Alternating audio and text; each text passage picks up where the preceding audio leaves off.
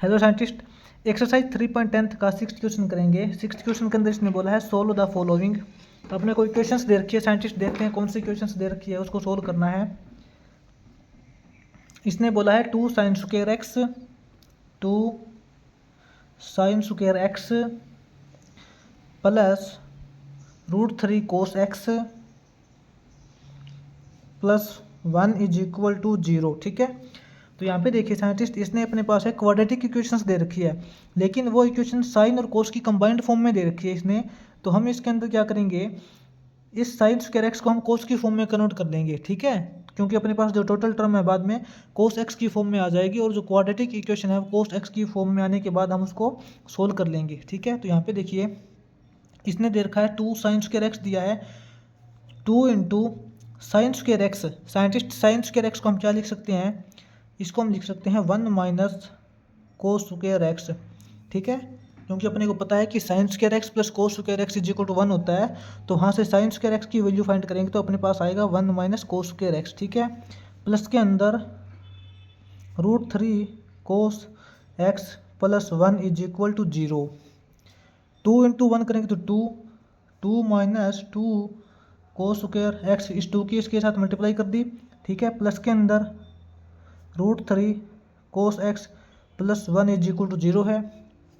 यहाँ पे देखिए 2 प्लस 1 3, यहाँ क्या हो जाएगा 3 minus 2 cos square x plus √3 cos x is equal to 0।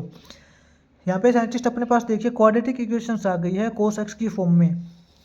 ठीक है, तो साइंटिस्ट हम इसके अंदर इनके जो साइन चेंज कर देंगे, क्योंकि इज इक्वल टू के अंदर 0 है, तो कोई अगर हम यहाँ से नेगेटिव साइन कॉमन भी लेंगे तो इज इक्वल टू के अंदर 0 है तो कोई फर्क नहीं पड़ेगा इसके ऊपर। ठीक है, क्योंकि दोनों तरफ नेगेटिव साइन लेंगे तो 0 नेगेटिव लेंगे तो कोई फर्क नहीं पड़ेगा। तो हम यहाँ पे कर देंगे 2 cos square x, 2 cos square x minus √3 cos x, ये माइनस 3 इज इक्वल टू 0 हो जाएगा। अब यहाँ पे देखिए साइंटिस्ट अपने पास क्वाड्रेटिक इक्वेशंस आ गई, जैसे हमने पहले भी क्वाड्रेटिक इक्वेशंस को सोल्व किया था, ax² plus bx plus c is equal to 0। ठीक है, उसको हम सोल्व करते थे तो अपने पास वहाँ पे x की वैल्यू आती थी। ठीक है, और उसी प्रकार का सेम क्वेश्चन है साइंटिस्ट, यहाँ पे x की जगह सिर्फ cos x दे रखा है। तो यहाँ पे हम इसको सोल्व करेंगे तो अपने पास cos x की वैल्यू निकल के आएगी। ठीक है, तो यहाँ पे हम देखेंगे हेयर, यहाँ पे अपने पास a क्या है, a इज इक्वल टू 2 है, b क्या है, b is equal to minus √3 है, और c इज इक्वल टू अपने पास -3 है। तो यहाँ से साइंटिस्ट हम d की वैल्यू फाइंड करेंगे। d क्या होता है, d होता है b² माइनस 4ac। ठीक है, b², b की वैल्यू क्या है -√3 minus √3, b² minus 4 into a into C करेंगे। ठीक है, तो यहाँ पे देखिए साइंटिस्ट √3 का स्क्वायर करेंगे तो 3 हो जाएगा, √3 का स्क्वायर 3 हो जाएगा, और माइनस इंटू माइनस करेंगे तो प्लस हो जाएगा, इसलिए माइनस √3 का स्क्वायर हो जाएगा 3 माइनस, ये देखिए -4 की -3 से मल्टीप्लाई करेंगे, यानी कि माइनस इंटू माइनस करेंगे तो ये तो प्लस हो जाएगा। ठीक है, उसके बाद देखिए 4 2 = 8, 8 3 = 24, ये अपने पास आ जाएगा 3 + 24 इज इक्वल टू 27। तो अपने पास scientist d is equal to 27 आया है, तो √d क्या हो जाएगा, √d इज इक्वल टू अपने पास हो जाएगा 27 का रूट। ठीक है, 27 को हम क्या लिख सकते हैं, 27 को हम लिख सकते हैं 9 इंटू 3, 9 इंटू 3 27 होता है। ठीक है, तो यहाँ पे देखिए 9 का स्क्वायर रूट करेंगे तो 3 हो जाएगा, और इंटू के अंदर √3 अलग से रह गया। अपने पास यहाँ से देखिए scientist √d is equal to 3√3 आ गया। अब हम अकॉर्डिंग टू क्वाड्रेटिक फॉर्मूला क्या होता है, according to quadratic formula, according to quadratic formula के अकॉर्डिंग साइंटिस्ट यहाँ से अपने पास जो डायरेक्ट कोस एक्स की वैल्यू आएगी, ठीक है, यहाँ से अपने पास कोस एक्स की वैल्यू आएगी, क्या होगी, कोस एक्स इज इक्वल हो जाएगा -b प्लस माइनस √d/2a। ठीक है, यही होता था ना, तो इसके अकॉर्डिंग क्या वैल्यू आएगी, देखिए cos x is equal to आएगी -b माइनस बी की वैल्यू क्या है, बी की वैल्यू अपने पास यहाँ पे -√3 है, और ये वाला माइनस फॉर्मूले के अंदर पहले से ही है, तो माइनस माइनस प्लस √3, ठीक है, plus minus √d। Scientist √d की वैल्यू क्या है, 3√3, ठीक है, अपॉन 2a, 2 इंटू ए की वैल्यू क्या है 2 है, तो 2 इंटू 2 करेंगे तो 4, अपने पास ये वैल्यू आएगी। साइंटिस्ट हम क्या करते हैं इसके अंदर, ये देखिए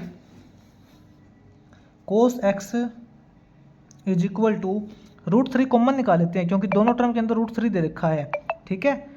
तो हमने यहाँ से क्या किया, √3 कॉमन निकाल लिया, √3 कॉमन निकाले तो अंदर क्या बचेगा, √3 कॉमन निकल गया तो यहाँ बचेगा 1, प्लस माइनस इसके अंदर से √3 कॉमन निकल गया, इसके अंदर से √3 कॉमन निकलेगा तो यहाँ बचेगा 3, ठीक है, अपॉन 4।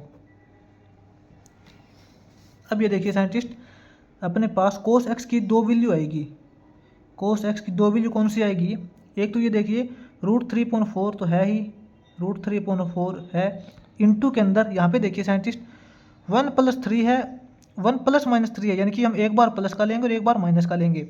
एक बार तो हम करेंगे 1 + 3, ठीक है, और एक बार हम माइनस करेंगे, यानी कि √3/4 है, √3/4 है, इंटू के अंदर एक बार हम करेंगे 1 - 3, ठीक है।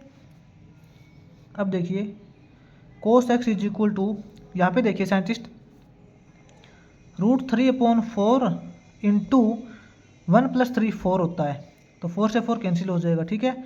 और एक बार यहाँ पे देखिए √3/4 इंटू 1 - 3 होता है साइंटिस्ट -2, ठीक है।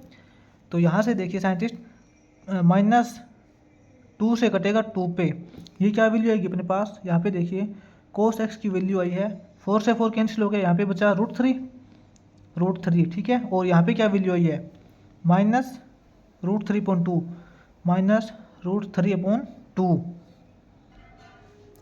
अब साइंटिस्ट आप मेरे को एक बात बताइए, इनमें से cos x की कौन सी वैल्यू होगी, इनमें से cos x की कौन सी वैल्यू करेक्ट होगी। यहाँ पे देखिए मैंने आपको पहले भी बताया था साइंटिस्ट, cos x की जो वैल्यू होती है वो हमेशा -1 से +1 तक आती है। यहाँ पे थोड़ा अलग से देखिए, cos x की जो वैल्यू होगी साइंटिस्ट वो हमेशा -1 से +1 के बीच में आएगी, -1 और +1 के बीच में ही आएगी इसकी वैल्यू, ना तो cos x की वैल्यू 1 से ज़्यादा हो सकती और ना ही -1 से छोटी हो सकती। तो cos x की वैल्यू साइंटिस्ट हम यहाँ पे लिखेंगे, हम लिखेंगे एज वी नो, जैसा कि हम जानते हैं जो cos x की जो वैल्यू होती है वो ऑलरेडी बिलोंग करेगा -1 से +1 के बीच में, ठीक है। As we know cos x belongs to, cos x की जो वैल्यू होती है ऑलवेज वो -1 से लेके +1 के बीच में आएगी। लेकिन यहाँ पे cos x की क्या वैल्यू आई है, ये देखिए आप साइंटिस्ट, यहाँ पे cos x की वैल्यू आई है √3।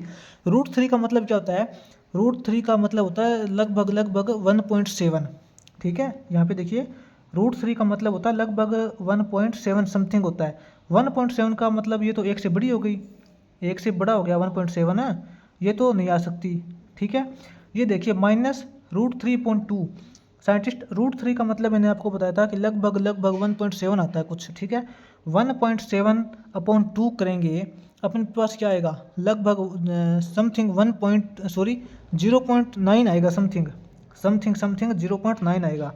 तो ये तो साइंटिस्ट जो माइनस का आएगा है ना, माइनस का 0.9 है, ये तो हमें पता है कि -1 से +1 के बीच में वैल्यू आ रही है, तो इसकी ये वाली वैल्यू होगी।